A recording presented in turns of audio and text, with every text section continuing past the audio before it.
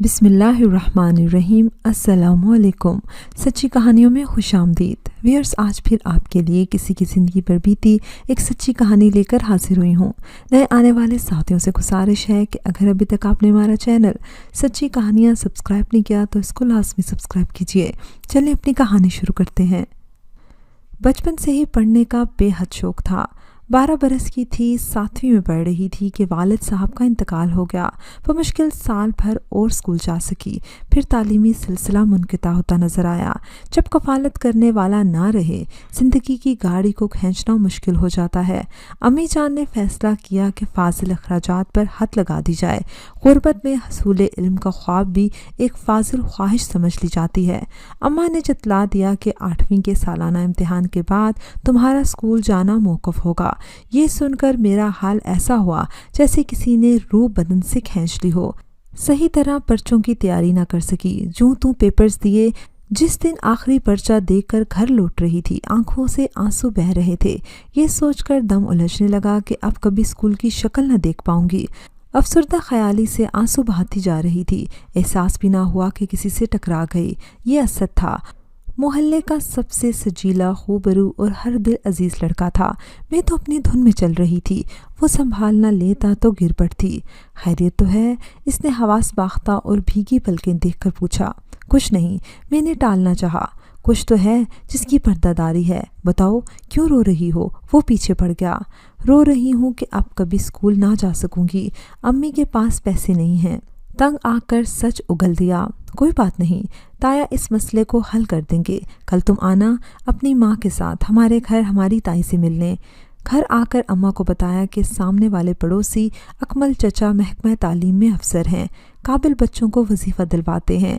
ان کے گھر چلیے، میں میٹرک ہر حال میں کرنا چاہتی ہوں۔ ایسا کہتے ہی میں رو پڑی تو اماں کو ترس آ گیا۔ اگلے روز وہ مجھے اکمل انکل کے گھر لے گئی۔ وہ موجود نہ تھے، لیکن اسد موجود تھا جس سے کل گلی میں ٹکراؤ ہوا تھا۔ وہ میری آمد کا منتظر تھا۔ کہنے لگا، فکر نہ کریں، تایا ابو سے میں نے بات کر لی ہے، نور بانو کا وظیفہ لگ جائے گا۔ ہر ماہ ڈاکیا رقم آ کر دے جائے گا، میٹرک تک وظیفہ جاری رہے گا۔ اس سے بڑی خوشخبری اور کیا ہو سکتی تھی؟ میں تو گلنار ہو گئی۔ ممنون نظروں سے اسے دیکھا، وہ بے نیازی سے باہر چلا گیا۔ اس کی تائی نے خوش اخلاقی سے ہمارا سواگت کیا۔ تھوڑی دیر ان سے بات چیت کے بعد ہم گھر آ گئے۔ اس کے بعد امی نے مجھے اسکول سے ہٹانے کا ارادہ بدل دیا۔ چھٹیوں کے بعد پہلے روز اسکول گئی۔ 8ویں میں بہت اچھے نمبر لیے تھے میں نے۔ 9ویں کی کتابوں کا مسئلہ تھا کہ ایک روز دروازے پر دستک ہوئی۔ امی جان نے دروازہ کھولا، سامنے ڈاکیا موجود تھا۔ اس نے ایک فارم پر دستخط کرائے اور رقم کا لفافہ حوالے کر دیا اور چلا گیا۔ یہ 400 روپے تھے۔ اس دور میں 400 کی رقم بہت بڑا ہوا کرتی تھی۔ اسکول کی فیس ادا کرنے کے بعد بھی کافی روپے بچ رہتے تھے۔ میں نحال تھی، اماں بھی خوش تھی۔ چلو غیب سے مدد آ گئی، تعلیم کے ساتھ ساتھ اور بھی چھوٹے موٹے مسائل حل ہو جایا کریں گے۔ اماں اب مجھے خوش بخت سمجھنے لگی تھی۔ میری وجہ سے لکشمی مہربان ہوئی تھی۔ در پر دستک دے کر مایا پھینک جایا کرتی تھی۔ یہ نہیں پتا تھا کہ وہ ڈاکیا اصل میں اسد کا دوست ہے اور رقم بھی وہ اپنی جیب سے ادا کرتا ہے، صرف میری خاطر۔ اسے مجھ سے لگاؤ ہو گیا تھا۔ میری آنکھوں سے بہتے آنسوں نے اس کے دل کو اپنی مٹھی میں لے لیا تھا۔ وہ میرا محسن تھا، میں اس کا احترام کرتی تھی، ہر حکم پر سر تسلیم خم کر سکتی تھی، لیکن اس کی الفت میں گرفتار نہیں تھی۔ جس کی الفت میں گرفتار تھی وہ کوئی دوسرا تھا۔ وہ میرے خالہ زاد بھائی کا دوست سہیب تھا، جو ہماری گلی سے پچھلی گلی میں رہتا تھا۔ خالہ زاد مراد اکثر ہمارے گھر آتا تو سہیب بھی ساتھ ہوتا۔ بھائی ان کو بیٹھک میں بٹھاتے۔ سہیب کو گھر کے اندر آنے کی اجازت نہ تھی، لیکن گلی سے گزرتے ہوئے اکثر میں سے دیکھتی۔ میرے کمرے کی کھڑکی گلی میں کھلتی تھی۔ ایک دن گھر میں اکیلی تھی، دستک ہوئی، دیکھا دروازے پر سہیب کھڑا تھا۔ میرا دل زور زور سے دھڑکنے لگا۔ مراد ہے؟ اس نے سوال کیا۔ بوکھلاہٹ میں میرے منہ سے نکلا ہاں ہے اور اسے رستہ دے دیا۔ وہ اندر آ گیا، پھر بیٹھک میں جانے لگا۔ وہاں کوئی نہ تھا۔ مراد کہاں ہے؟ سہیب نے سوال کیا۔ وہ نہیں ہے، گھر میں کوئی نہیں ہے۔ پھر تم نے مجھے کیوں اندر بلا لیا؟ اس سوال کا میرے پاس جواب نہ تھا۔ سمجھ گیا کہ میں اسے پسند کرتی ہوں۔ میرا ہاتھ اپنے ہاتھوں میں لے لیا اور کہنے لگا، कल ख़त तुम्हारी खिड़की के अंदर डाल दूंगा, उठा लेना और इन खूबसूरत हाथों से जवाब लिखकर बाहर फेंक देना, मैं इंतज़ार करूंगा। ये कहकर वो तेज़ी से चला गया। सुहेब ने मुझे इम्तिहान में डाल दिया, बल्कि मैंने ख़ुद को इम्तिहान में डाल दिया। तमाम दिन खिड़की के करीब रही, जाने कब वो ख़त लिखकर फेंक दे, कहीं कोई और ना उठा ले, किसी ने देख लिया तो। या अल्लाह, ये तो बड़ी ख़तरनाक बात है। अब क्या करूं? मना भी ना कर सकती थी। कैसे मना करती? सामना होता तो बात करती। 2 दिन इसी इज़्तिराब में गुजर गए। स्कूल से आते ही यूनिफॉर्म बदलकर खिड़की के पास खड़ी हो जाती। खाना खाना तक मैं भुला बैठी थी। तीसरे रोज़ वो मुझे दूर से आता दिखाई दिया। मैं बेताबी से खिड़की के सामने आ गई। इसने ख़त मेरी जानिब फेंका और तेज़ी से आगे बढ़ गया, लेकिन बदकिस्मती से वो ख़त खिड़की से कमरे में गिरने की बजाय बाहर ही गिर गया। अब मैं इसे उठाने से कासिर थी, बाहर नहीं जा सकती थी और ख़त का वहाँ पड़े रहना भी क़यामत थी। इन्हीं सोचों में थी कि देखा सामने से असद आ रहा है। इसने ज़ुहैब को देख लिया था, सीधा हमारे घर की तरफ आ गया। छुपकर ख़त उठाया, मुझे मानी खेज नज़रों से देखा और चला गया। मैं शर्मिंदा और शर्म से पानी पानी हो गई। फ़िक्र में घुलने लगी। अल्लाह जाने इस ख़त में क्या लिखा है, मैंने पढ़ा न था। यकीनन रोमानवी जुमले दर्ज होंगे। इसने प्यार का इजहार किया होगा। जब असद ये तहरीर पढ़ेगा तो क्या सोचेगा? मेरे लिए ये डूब मरने का मुकाम था। अब मुझे असद की टोल लग गई। बार बार बिला वजह इसके ताया के घर जाने लगी, जहाँ वो अक्सर मौजूद होता था। मैं बहुत घबराई रहती, चाहती थी कि मौका मिल जाए तो इससे बात करूं, इससे ज़ुहैब का ख़त मांग लूं, अपनी सफाई दूं कि मेरा इससे कोई ताल्लुक़ नहीं। ख़त इसने अपनी मर्ज़ी से लिखकर फेंका था, लेकिन वो जानबूझकर बात करने का कोई मौका न देता। जल्दी से बाहर चला जाता। लगता था जैसे बहुत नाराज़ है। इस रवैये से मेरा दिल बहुत मुस्तरिब रहने लगा। इज़्तिराब की ये कैफियत इतनी बड़ी कि ज़ुहैब को भूलकर हर वक्त असद के ख़यालों में खोई रहने लगी। दुआ करती थी कि एक बार तन्हाई में इससे बात करने का मौका मिल जाए तो माफ़ी मांग लूँगी।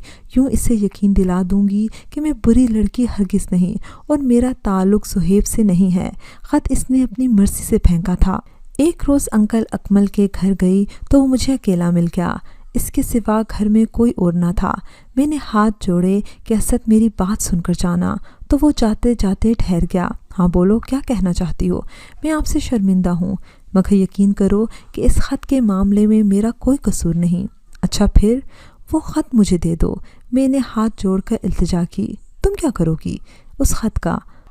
तुम्हें मुझ पर एतबार नहीं, जबकि पिछली गली के एक अजनबी लड़के पर भरोसा किए बैठी हो, जिसने तुम्हें तुम्हारे नाम से पुकारा था और बहुत बेहुदा ख़त लिखा है। वो तो मेरे हाथ लग गया। सोचो अगर तुम्हारे भाइयों के हाथ लगता तो क्या होता। ये सुनते ही मैं बहुत ज़्यादा शर्मिंदा हो गई। मिन्नत की कि वो ख़त मुझे दे दो। वादा है कभी इस लड़के से वास्ता न रखूँगी। तुम्हारा इसके साथ अब भी वास्ता नहीं है, मैं जानता हूँ, लेकिन ख़त तुम्हारे हवाले करने में तुम्हारी भलाई नहीं है। मैं जानना चाहती हूँ कि इसमें क्या लिखा है। निहायत बेहुदा बातें लिखी हैं। तन्हाई में मुलाकात करने को कहा है और बहुत कुछ जानकर क्या करोगी? तुम बेफिक्र हो जाओ, ये बात मैं कभी ज़ुबान पर न लाऊंगा। मुझे तुम्हारी इज़्ज़त बहुत अजीज़ है। इस दिन से असद की इज़्ज़त मेरे दिल में दोचंद हो गई। दिलो जान से इसे चाहने लगी। वो भी मुझे दिल से पसंद करता था। वादा लिया कि कभी ज़ुहैब या किसी और के फ़रेब में आकर अपनी इज़्ज़त ख़राब न करूँगी। मैंने वादा कर लिया। वक्त गुज़रते देर नहीं लगती। अब मैं 10वीं में थी। सालाना इम्तिहान नज़दीक थे।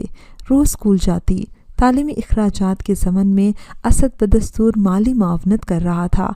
इसका ख़याल था कि मैट्रिक अच्छे नंबरों से पास कर लूँ ताकि वो किसी मयारी कॉलेज में मेरा दाखिला करवा दे। वो दिन भी आ गया जब मैंने मैट्रिक अच्छे नंबरों से पास कर लिया। कॉलेज में दाखिले शुरू हो गए। असद ने मुझसे रब्ता किया, फिर अम्मी जान से कहा कि इसको दाखिला दिलवाना है। तो बताइए, अम्मी ने साफ कह दिया कि हम खर्चा ना भर सकेंगे। वजीफ़ा मिलता रहा तो कॉलेज में दाखिला ले लेगी, वरना मैं इसे सिलाई कढ़ाई के सेंटर में डाल दूंगी। हुनर सीख कर 2 पैसे कमाने के लायक हो जाएगी। असद ने अम्मी को यकीन दिलाया कि तालीमी वजीफ़ा जारी रहेगा, कॉलेज में दाखिला लेने दें। तब इन्होंने इजाज़त दे दी। जिस रोज़ दाखिले के लिए जाना था बारिश शुरू हो गई। अम्मी साथ न जा सकीं। मैं समरीन के हमरा कॉलेज चली गई। ये वही लड़की थी जो पड़ोस में रहती थी और इसे भी दाखिला लेना था। कॉलेज गए आधा घंटा हुआ था, बारिश तेज़ हो गई। मैं समरीन की गाड़ी पर आई थी। वापसी के लिए इसे ढूंढा, वो ना मिली। जाने कब वो चली गई थी। बहुत घबराई। कॉलेज से बाहर झांका, हाथों के तोते उड़ गए। सभी तरफ छल थल का आलम था। इससे पहले कि रो देती, सामने असद नजर आ गया। मुझे लेने के लिए आया था वो। जान में जान आ गई। इसने कहा, बाहर आ जाओ, गाड़ी में बैठो, तुम्हारी हमजोली वापस आ गई है। तुम्हारी अम्मी इसके घर पता करने गई थी। मालूम हुआ कि तुम अभी तक कॉलेज हो, तो इन्होंने मुझसे कहा कि तुमको ले आऊं। अंधा क्या चाहे, दो आंखें झट से इसकी गाड़ी में बैठ गई। थोड़ी दूर गए थे कि गाड़ी रुक गई। बहुत स्टार्ट की, ना चली। तब असद ने कहा, सामने मेरे दोस्त का घर है, तुम वहाँ बैठ जाओ। बारिश थम जाए, पानी उतर जाए तो चलते हैं। इसने गाड़ी को सड़क के किनारे बंद किया और हम दोनों पैदल चलकर रामू मिस्त्री के मकान पर पहुंचे। असद ने दस्तक दी। रामू ने दर खोला। असद ने इसे सूरत हाल से आगाह किया। वो कहने लगा, आ जाओ, अम्मी और बाजी बड़े भाई के हमरा पिंडी गई हुई हैं। घर अकेला है। हम दोनों इसके घर में जा बैठे। थोड़ी देर बाद बारिश थम गई। तब असद बोला, रामू ज़रा चलकर गाड़ी को देख लो, क्या मसला हुआ है कि चलते चलते रुक गई है। दोनों बाहर चले गए। ज़रा देर बाद रामू वापस आ गया। वो कुछ औजार लेने आया था ताकि गाड़ी का नुक्स सही कर सके। वो स्टोर में गया और बक्स उठाकर बाहर लाया। जाते जाते अचानक मुड़ा, बक्स बरामदे में रखकर मेरी तरफ आ गया। इसको अपनी जानें भरते देखकर मैं डर गई। वो असद से उम्र में बड़ा और हट्टा कट्टा था। मोटर मैकेनिक था। इसकी अपनी वर्कशॉप थी, मगर सूरज शक्ल से एक रख्त और बुरा इंसान नजर आता था। इसकी आंखों में अजीब सी वहशत उतर आई थी। मैं कांपने लगी। कहने लगा, क्यों कांप रही हो? क्या डर गई हो? मुझे क्या समझ रही हो? मैंने हिम्मत करके कह दिया कि मैं आपको अपना बड़ा भाई समझती हूँ। असद को बुला दीजिए प्लीज़। आज भी वो इल्तिजा मुझे याद आती है तो दिल खून के आंसू रोने लगता है। गलती मेरी थी। असद के साथ क्यों एक अजनबी इंसान के घर में बगैर सोचे समझे पनाह ले ली थी। अब सज़ा भी मुझको मिलनी थी। सड़क पर गाड़ी खुली हुई थी। असद रामू का इंतज़ार कर रहा था और मैं भी बेबस थी। रामू ने मुझे एक बुरी लड़की समझा था, मेरे इल्तिजा को ठुकरा दिया। इस रोज़ मुझे एहसास हुआ कि किसी अजनबी पर भरोसा ही दरअसल हम मासूम सीधी सादी लड़कियों के लिए तबाही का रास्ता बन जाता है, और ये भरोसा हमेशा के लिए एक ऐसे अंधेरे में धकेल देता है जिसकी स्याही उम्र भर की खुशियों को निकल जाती है। असद आया तो मैं रो रही थी और रामू जा चुका था।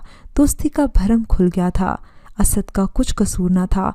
इसने दोस्त समझकर रामू पर एतबार किया था, लेकिन इसकी गफलत के बाइस मेरा पाकीज़ा दामन दागदार हो गया था। मुझे असद से भी नफ़रत होने लगी। वो क्यों मुझे रामू के रहमो करम पर छोड़कर खुद गाड़ी स्टार्ट करने चला गया था। अब जब मेरा सब कुछ लुट गया तो इसका आना ना आना मेरे लिए बेसूद था। इस वाक़े के बाद वो बेहद दुखी था, लेकिन हिजाब से एक लफ्ज़ न बोल सका। मैं भी इस दिन के बाद फिर कभी असद से ना मिली। वो समझ चुका था कि मैं इससे नफ़रत करती हूँ, इसे अपनी बर्बादी का ज़िम्मेदार समझती हूँ। इसने मुझे ना बुलाया। कुछ अरसे बाद कहीं चला गया। सुना किसी दूसरे शहर इसे मुलाजमत मिल गई है। जब असद के बारे में सोचती दिमाग मेरा सुलगने लगता कि मेरी बेवकूफ़ी, इसकी गफलत और रामू की हवस ने मुझे तबाह कर दिया था। इसके बाद मैंने कॉलेज जाना छोड़ दिया। बहुत परेशान रहने लगी। रामू का खौफ सताता था कहीं वो सरे राह ना मिल जाए। मैं दोबारा इस मकरू इंसान का सामना न करना चाहती थी, लेकिन ये पछतावा एक रोक बनकर घिन की तरह चाटने लगा कि मुझसे नादानी में कितनी बड़ी भूल हो गई थी। इस रोज़ मुझे असद के साथ एक अजनबी के मकान में ना जाना चाहिए था। इससे तो बेहतर था मैं बारिश में भीगती गाड़ी में बैठी रहती। जब लड़की जवान हो, वालदैन को शादी की फ़िक्र होती है। माँ ने मिलने जुलने वालों से कहकर मेरे लिए एक अच्छा रिश्ता ढूंढ लिया। कुछ अरसे बाद मेरी शादी हो गई और मैं ब्याह कर अपने ससुराल आ गई। बदबख्ती के जहाँ मेरे शोहर का मकान था, ये रामू के मोहल्ले के नज़दीक का था। एक दिन मेरे शोहर घर आए तो कुछ परेशान थे। मैंने सबब पूछा तो बोले, करीबी मोहल्ले का एक ओबाश मिस्त्री तुम्हारी बातें अपने वर्कशॉप पर अपने दोस्तों से कर रहा था। सुना तो बहुत अफसोस हुआ, गुस्सा भी आया। सच बताओ ये क्या मामला है? शोहर के मुंह से ये अल्फाज सुनकर मैं सहम गई। सफाई देने की खातिर मैं बुरी नहीं हूँ। सारा अहवाल कह दिया कि कैसे असद ने इस मिस्त्री पर भरोसा किया और इसने तन्हा पाकर मेरी इज्जत को दागदार कर दिया। जब तक किसी इंसान का राज दिल में रहे वो राज रहता है। किसी को अपना राज बताते ही इंसान जलील व ख्वार हो जाता है। ये बात बिल्कुल ठीक है। मेरे शोहर ने बज़ाहिर तो आला सर्फी का मुजाहरा किया और मुझे लान तान ना किया। बातिन से वो मुस्तरिब रहने लगे। बिलाखिर अपनी अंदरूनी खलिफशार से तंग आकर अपना तबादला दूसरे शहर करा दिया। वक्त गुजरने लगा और मैं एक बच्चे की माँ बन गई। अपने बच्चे की परवरिश में खो गई। इन्हीं दिनों अम्मी जान का इंतकाल हो गया और मैं इनकी वफ़ात पर अपने मैके आ गई। क्या खबर थी कि अम्मी की मौत पर नहीं, अपनी खुशियों के जनाजे पर जा रही हूँ। शाम को अम्मी की तदफीन हो गई। दूसरा रोज़ गुजरा। जब रस्म कुल के बाद मेरे सरताज बाहर से लौटे तो कुछ शोर सा हुआ। तभी लोगों ने बताया कि मेरे शोहर ने एक रामू नामी मिस्त्री पर हमला कर दिया है। पुलिस इसको अस्पताल और मेरे शोहर को थाने ले गई। रामू का नाम सुनकर मुझे झटका सा लगा, जैसे किसी ने बिजली का करंट लगा दिया हो। 6 बरस कबल रामू के मकान पर खुद पर गुजरी क़यामत का नक्शा फिर से मेरे जहन में ताज़ा हो गया। मर्ज़ाद शायद अपनी बेइज्जती को नहीं भूल सकता। फ़हद ने मुझे माफ़ कर दिया था, लेकिन मुझ पर जुल्म ढाने वाले को माफ़ न कर सके। रस्म कुल में किसी ने रामू से कहा कि ये फ़हद साहब नूर बानो के शोहर हैं, तो इसने जवाब में कुछ ऐसी मानी खेज बात कह दी जो फ़हद से बर्दाश्त न हो सकी और इसके हाथों रामू का कत्ल हो गया। खुदा जाने मेरी वालदा के रस्म कुल पर क्यों कर रामू वहाँ आ गया था। किसने इसे बताया था कि फ़हद नूर बानो का शोहर है। मुझे अक्सर गुमान होता था हो ना हो ये ज़रूर असद ने बताया होगा, जिससे मिलने रामू मेरे मैके वाले मोहल्ले में आता होगा। इस रोज़ भी वो असद से मिलने आया होगा, फिर इसके हमरा रस्म कुल में आ बैठा होगा। बहरहाल ये तो अल्लाह जाने, लेकिन असद से मेरा सामना ना हुआ। फ़हद को उम्र कैद हो गई। इसी दौरान एक दिन उन्हें दिल का दौरा पड़ा और वो इस दुनिया से रुखसत हो गए। कम उम्र में ही मैं बेवा हो गई। वो बहुत बुरे दिन थे। मेरा कोई ठिकाना ना था, लेकिन उस बुरे वक्त में भी असद ने मेरा साथ दिया। न जाने असद कहाँ से आ गया था। उसने मुझे शादी के लिए पेशकश की। शुरू में मैंने इनकार कर दिया, लेकिन असद ने मेरा पीछा ना छोड़ा और मुसलसल इसरार करता रहा। बिलाखिर मैंने असद से निकाह कर लिया। आज मैं 2 बच्चों की माँ हूँ। असद के साथ खुशी से ज़िंदगी गुजार रही हूँ। असद का साथ तो मुझे मिल गया, लेकिन ये साथ बहुत मुश्किलों के बाद मिला। कितनी तकलीफ़ें सहकर मैं असद तक पहुंची थी, ये मेरा दिल ही जानता है। व्यूअर्स, मुझे उम्मीद है कि आपको हमारी आज की कहानी पसंद आई होगी। अगर कहानी पसंद आई है तो इसको लाइक कीजिए, शेयर कीजिए और कमेंट सेक्शन में अपनी राय का इज़हार लाजमी कीजिएगा। अगर अभी तक आपने हमारा चैनल सब्सक्राइब नहीं किया तो इसको लाजमी सब्सक्राइब कीजिए और साथ लगे बेल आइकन को भी प्रेस कर लें, ताकि आपको हमारी हर न्यू वीडियो की नोटिफिकेशन भी टाइम पर मिलती रहे। अगली कहानी तक इजाज़त दीजिए। अल्लाह हाफ़िज़।